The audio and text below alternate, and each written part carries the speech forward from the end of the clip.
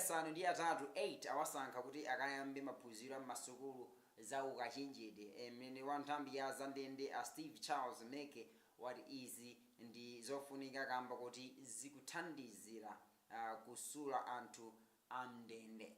Ameke ati izi zidzathandizanso kuti anthuwa akakhale nzika zodalirika kuno ku Malawi. Ndende ya Mzuzu yatulutsa akaidi awiri kupita ku ukachenjede ku Luwana komanso ku Unima.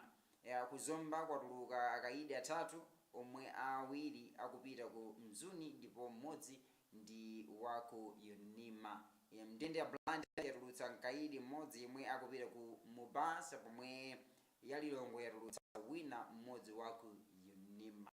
So ankhani yake ndi tikutero pamenepa. Tikuza kuona kuti kundende it's not a punishment press.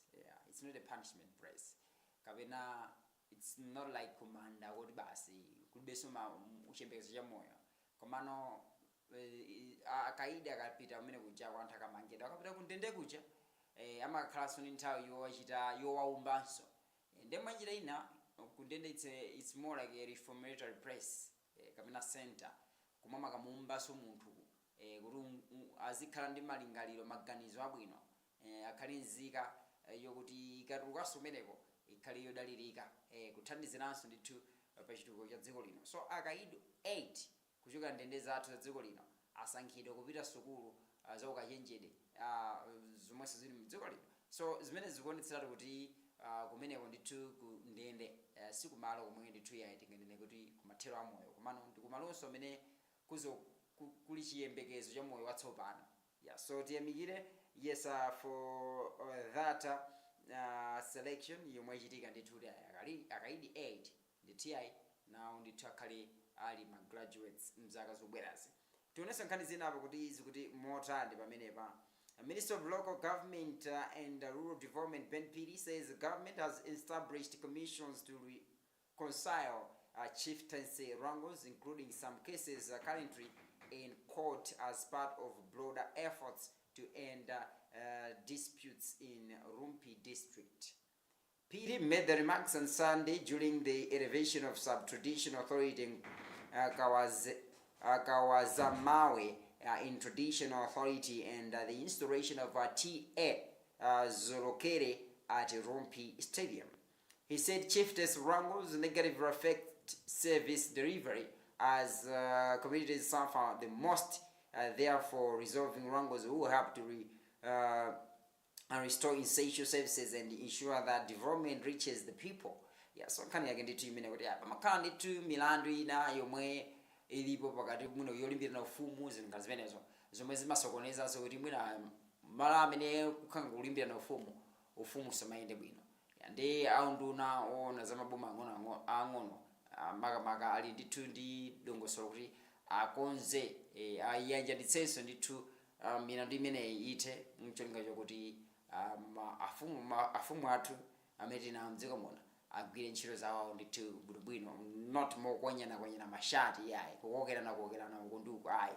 So that's about the story. And tunembe ndithu nkhani zinapo kuti zikuti motani as we are still proceeding with some of the stories that the Times 360 Malawi is having this morning.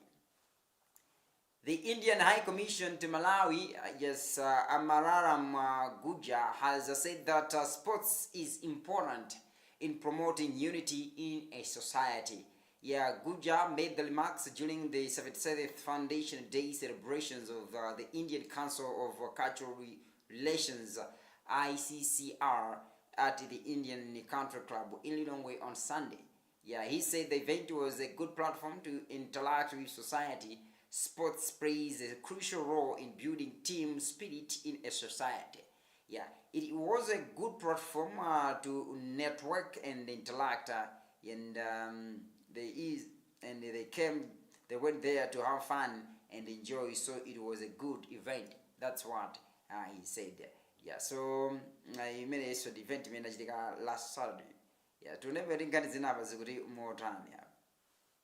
Mkulu yang'anira ndende mchigawo chaku mwera Zacchaeus Malekano, Mbawa ati maphunziro a Veritas omwe amaphunzitsa kumvetsa ndi kumasulira bwino Baibulo ndiofunika kwambiri pa ntchito za ndende. Ambawa anena izi pomwe akhristu 115 omwe ali mkati mwa ndende ya chichiri mzinda wa Blantyre amalandira masatifiketi atamaliza maphunzirowa pansi pa mpingo wa Church of Central Africa Presbyterian CCP Blantyre Synod. Iwo atsindika kufunika kwa maphunzirowa posula mzika zabwino zodalirika kunena kuti munthu yemwe amadziwa bwino mawu a Mulungu sangamaphwanye malamulo.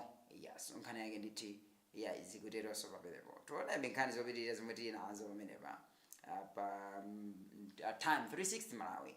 Bungwe la Misa Malawi lati ndilokhumudwa ndi imfa ya Apita Mitunda yemwe anali mkulu wa Blantyre Synod Radio komanso mphunzitsi wa zautolankhani pa sukulu ya ukachenjede ya Malawi University of Business and Applied Science Mubaz.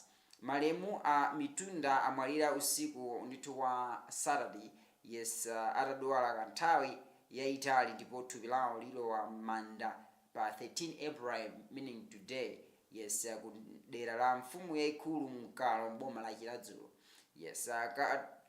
Kalata imene asayinira a Gordon Matonga yati malemuwa ndithu malemu a Mitunda anagwira ntchito yotamandika pamene anali ku sukulu za Mubaz ndi Unima wireless za MBC Mitch komanso Blantyre Synod. So nkhani zake amenepo zikutero.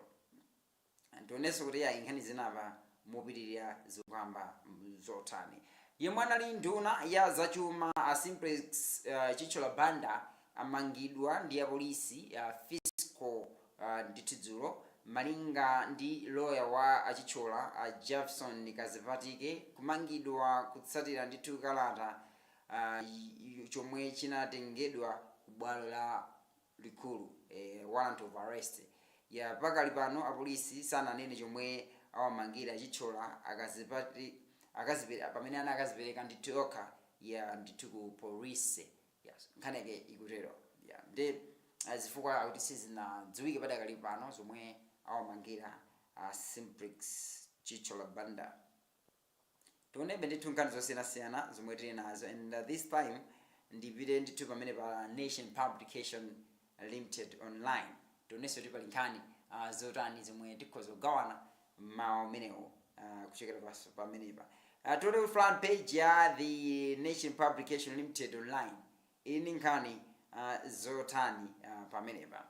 Government CSOs discuss fuel revenues. CSOs put up case of heavy burden on consumers.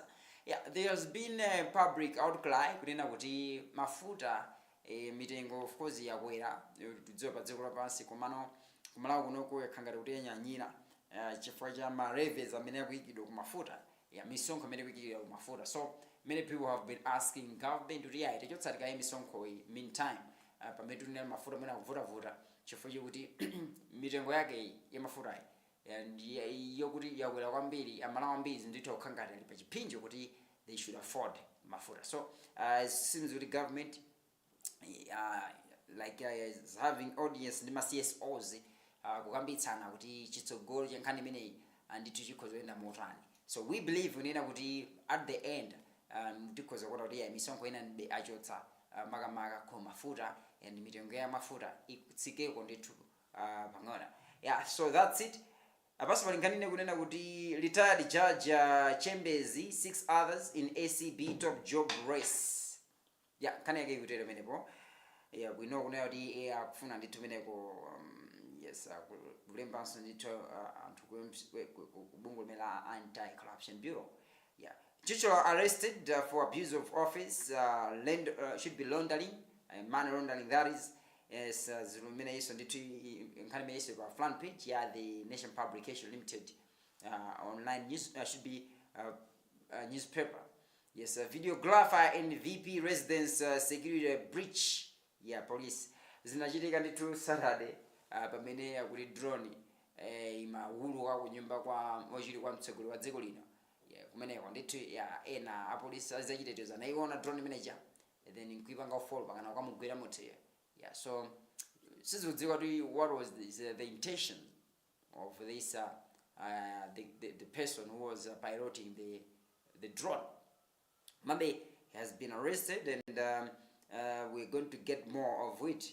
Yeah, so penabage nzo madabwitsira kodi anthu why munthu ujeduri this is a mara munthu wankulu kumaka kudutsa ku drone umafuna jani. Of course mwina ngati umapanga zina niye plot kumano mafuna kabe kukhala usamala zina zobeweka kumano mafuna mazikwanitsa uzibewa.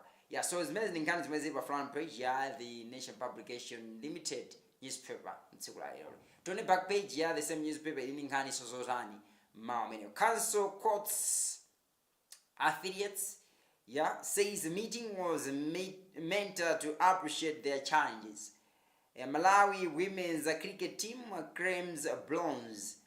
Chimwanza wins NBS banker. Golf Rashid shines in Jeep security pro golf. Yeah, nkhani zake nditizikutere pamene papa the back page ya the daytime newspaper. Mama kankhani zimezili pamene pandito. Nation Publication newspaper. Yeah, nkhani zake zikutere. Tulese kuti nkhani zinapo zikuti motani pamene pa page yomwe. Business operators in Mangochi have resolved to unite and address the challenges affecting their businesses by forming an interim committee ahead of establishing the Mangochi Business Association. Chairperson Edwin Sauzande said the sector has struggled due to lack of representation, while Dalitso Chatambalala noted the move will help traders channel concerns and improve access to financing. The committee includes Aribu Swedi, Vice Chairperson, Linda Chatambala, Secretary, deputized by Kenneth Chimombo, and Muhammad Banali, Treasurer, with Mele Chiguo as deputy. Yes, sankane yake ina ikutera pamene.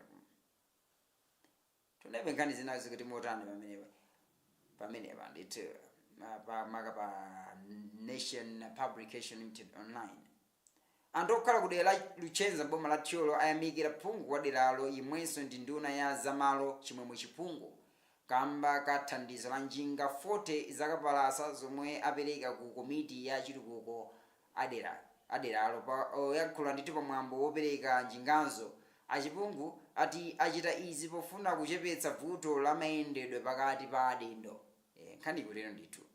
Ndipo achipungu anaonjezera kupempha adindowo kuti akhale ogwirizana pamene akugwiritsa ntchito zotukula deralo kuti pofika 2030 luchenza zakhale osinthika chifukwa masomphenya amtsogoleri wa dziko lino Professor Arthur Peter Mutharika ndi ofuna kutukula ndithu madera onse mdziko muno. Yeah, so that's about the story, and we're still appreciating some stories on the Nation Publication online, and now let's still appreciate some of the stories that are here on the online Nation Publication online newspaper Facebook page. A recent barometer survey shows a strong majority of Malawians want the government to guarantee health care for every citizen, even if that requires higher taxes. The poor Africa's health system amid global aid construction released last Friday showed that support is strong across the continent, averaging 70%, with Gabon and Senegal reaching as high as 87 and 88% respectively. Yeah, nkhani zinaso ndithu kutero pamenepo. And tunebe nkhani zinazo kuti zili kuti motani pamene pa Nation Publication Limited online. Yes. Avanso ndithu pali nkhani imene kunena kuti girls in Mangochi have been urged to avoid negative influences that could derail their education and future ambitions. Principal Education Officer Solomon Bonde made the call during a girls' retreat organized by Rise Up Malawi at Malawi College of Fisheries. Rise Up Malawi Executive Director Hudson Mwale said the retreat aims to equip girls with skills to overcome barriers to education. Yeah, so nkhani zake ndithu nkomarero pamenepo. Tonebe nkhani zinapo mobility kuti zikuti motani. I think now we have to dive to Zodiac Online tionenso pamene panditu pa Zodiac Online pali nkhani zotani pamene pa. Yes, tipite pa Zodiac Online kuti pali nkhani zotani pamene pa. Yes, and ndi cholinga cha program imeneyi kuti tizokupatsirani nkhani makatiti. It's not what GPS newsroom have prepared. Kumano, we do also have time to appreciate other online news platforms to kind of variety of news stories. At the end of this program, at least you should be informed, well informed of the happenings of this country. Yeah, so a lot are happening yes, in this country, so we need to know kuti muchitika zotani kudziko lathu lino. Pa Zodiac Online pamene panso tione kuti nkhani ya tiyamba ikukhala iti yomwe tikhoza kupatsana kupatsana ndi tuyayi mawa amenewo. Yes, and pamene pati we can start with ntchito ini nkhani imene kunena kuti phungu wa nyumba yamalamulo kumwera cha kumadzulo mboma la Mulanje George Ponda walimbikitsa anthu okhala mboma ali kuti ayambe kuchilimika pa masewero pomwe wati ndizotheka kuti matimu ochuluka ochokera mbomali azitenga nawo mbali mu ligi yayikulu ya mdziko muno. Ya poyankhula pakutha pa masewero opimana mphamvu pakati pa Fomo FC ndi Mighty Wanderers achaponda ati nkuyenera kuti ochita masewero azilimbikitsidwa komanso kuyika ndalama ku masewero madera kuti masewero atukuke. Yeah, we always talk about grassroots football development. Yeah, kuti dziko lipite patali pa nkhani za masewero. We need to start to promote football pasiko ma primary school, secondary school. I remember back then kumakhala ndi mipikisano kukakola Mayor's Trophy zilinga zimene zo mipikisano ngati imene makhala ndi dairy board mipira ngati imene FMB nditi masukulu muja always makhala kuti anaja ali active ndi luso limaoneka bwino ena opanga scout talent identification zimene sizimavuta kufojo kuti ochita ndi to promote masewera machuluke amakhalanso ambiri which is rarely to see this time kunena kuti anthu akhoza kupanga promote mpira masukulu ma primary. Yeah, so nkhani zina adaba zikunena kuti civil society organizations in the country have agreed to engage Minister of Finance Joseph Mwanamveka to lobby for the removal of fuel levies and taxes in a bid to reduce fuel prices. This follows a meeting held yesterday involving concerned organizations, including the Human Rights Defenders Coalition, HRDC, KAMA, and the National Advocacy Platform, alongside the Ministry of Energy and Malawi Energy Regulatory Authority. HRDC chairperson Michael Kayatsa said all parties agreed that the taxes and levies significantly contribute to the final price of fuel.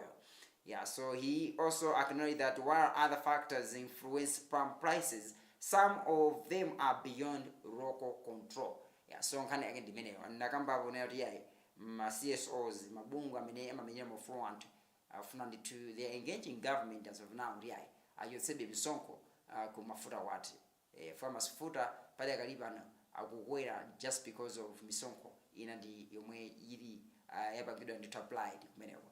And sakukana kunena mitengo yeso imathabe kukwera because of mwina ndithu kunjako mwina kagulidwe kwa mafuta kumene kuzikweta motani ya nthawi na mitengo imene kukwera komano pali ma levels amene we can still wachotsa kuwachotsa ncholinga chonena kuti mafutawa achipeko ndithu mtengo wako utsikeko pang'ono. Tobacco Commission TC says it is waiting for the government's approval to announce this year's tobacco market season dates. TC spokesperson Telefonius Gwenembe told Zodiac Online that the commission already proposed the dates and only awaits the response. Agriculture expert Leonard Chimwaza hopes authorities will release the dates in time to protect farmers from vendors' exploitation. While condemning side selling of tobacco, President for the Tama Farmers Trust Abel Kalima Banda has also agreed to the calls for urgent opening of the tobacco market. Last year, the government opened the tobacco selling season on 9th April 2025, which saw about 11 companies competing for Malawi's main foreign exchange earner. Yeah, so nkandi onena kuti msikwafu otsegulidwe liti. Potenga kuti mwezi wake ndi omweyo nditu chaka chatha pa date ngati yalero msikwafu uno tatsegulidwa kale zomwe sizili choncho chaka chino we are talking today 13 April. Sikwafoja nditu madate sana bwere boyera kuti ayi kodukhala utsekulira liti. Tisaiwale kunena kuti foja ndi mmene umathandizaso kubweretsa ndalama imene yakunja forex ku dziko lino chifukwa choti that's the gold green amene tikuzina leaf green tikuzina leaf imene mabweretsa ndithu ndalama zochuluka kuno ku Malawi. Yeah, so dziko la Malawi patamene tagulitsa foja mpang'ono amene pakhanga kuti our forex reserve makhanga kuti yayi kukhanga kuoneka kuliti ndalama. Yeah, ngakhalibe mwina we should explore more ways on how as the nation we can be having ndalama yakunja yetu. Yeah, so nkhani zake zikutero pamenepo. And tuonebe nkhani zinapo kuti zikuti motani pa Zodiac Online. Yes, pamene panditoya kuti Zodiac Online has established that key departments at Monkey Bay Hospital, the mortuary, laboratory and laundry have not been functioning for a week now. Our investigation, should be Zodiac investigation, has also found that the body kept at the facility's mortuary began decomposing on Wednesday, and officials are now advising residents not to bring deceased bodies to the facility. According to his side sources, the problem is due to an electrical fault and requires at least 18 million kwacha to fix. Yes, Lone Masina from Nankumba, a guardian to a pregnant woman, said the fault in the laundry is forcing laundry staff to do washing in the kitchen, a situation that poses risk to hygiene. Ya akopa ndetu ya ivuru kwanga ruria lagula musinku ku chipatala mene cha Monkey Bay mangoje ukhanga kuti kumeneko mochale na laboratory zina zomwe zima department amene ali ofunika pa chipatala they are not functioning chifukwa cha vuru la magets. Ku laboratory let's just think kuti kukhale kulibe magets ntchito zo uyeza ziyenda bwanji pamene magets kulibe. And the vegetables makhala mochari kumwe masunga marubi anthu amene ndithu yayi amalira kuti at least asungukebe kuti masiku nde kumene kwaso magetsi avuta ndi kuti makutu paziwonongeka so kuli vuto. And kunena ndalama yakwana 18 million wine imene ifunika kuti akonze ndithu vuto limeneli.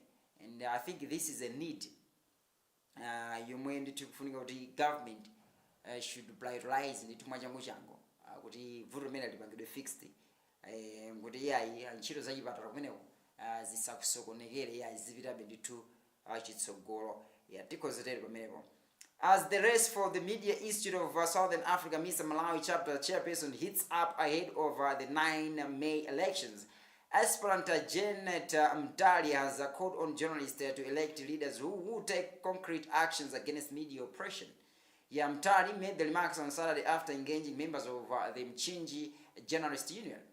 She said if elected, she plans to partner with legal institutions to strengthen protection for journalists and the media. Mchinji Journalist Union chairperson Luciano Milala commended Mtali for consulting members ahead of the poll, saying such engagement is key to accountable leadership. So nkhani yake ndithu ikutero pamenepo pampano pakhali chisankho chosankha ndithu mtsogoleri kapena president wa MISA Malawi. As of now tudzoti ndi Gordon Matonga amene ndithu ali president. And pa 9 May pakhali chisankho, and we have seen a lot of people who are aspiring for the position coming out kuti ayi ife funa soti kapikisana pamenepo koma nkhani ndionera kuti ayi let's try kundione kuti ayi panthu amene wakuyisana ndi ndani amene akhoza kutumikira atolankhani kuno ku Malawi mavuto atolankhani ndi kumakhalanso ndithu yayi akupangidwa resolve ndithu pang'ono ndi pang'ono. So nkhani yake imeneyo. And tiketi kuona zambiri kuti pofika tsiku limenelo zinthu ziyende motani. And allow me kuti tipitenso ndithu nkhani inaso apa pa Zodiac before we go for a short break. President Peter Mutharika I think imene ndi pakanthawi inde pakanthawi ndithu I think tipite ku break iko tsopano tibwerenso kuti tione nkhani zinabe kuti zikuti motani pamene tipitabe program yathu imene ya Morning Cough Live News MALAWI pa 13 April 2026. Panthawi ino tiye tioneni kaike nyimbo kamene kakenako ndibwerenso ndi zambiri.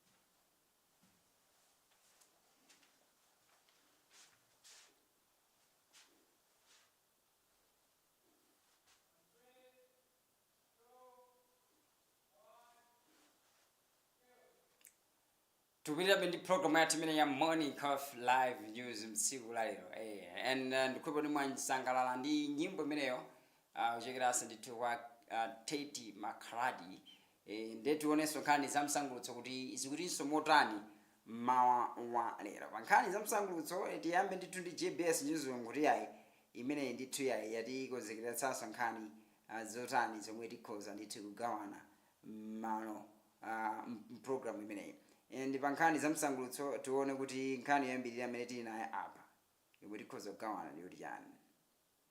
Yes, you know the government through the Ministry of Youth, Sports and Culture has commended the National Library Service of Malawi and its partners for launching the Pabwaro Multipurpose Hall at the Lilongwe National Library on Friday. Speaking during the event, the ministry's Director of Arts, Humphrey Mpondaminga, said that the new space will serve as a hub for knowledge, arts and ideas, and it is expected to promote the growth of arts, culture and heritage among the young generation. Yeah, we have the report.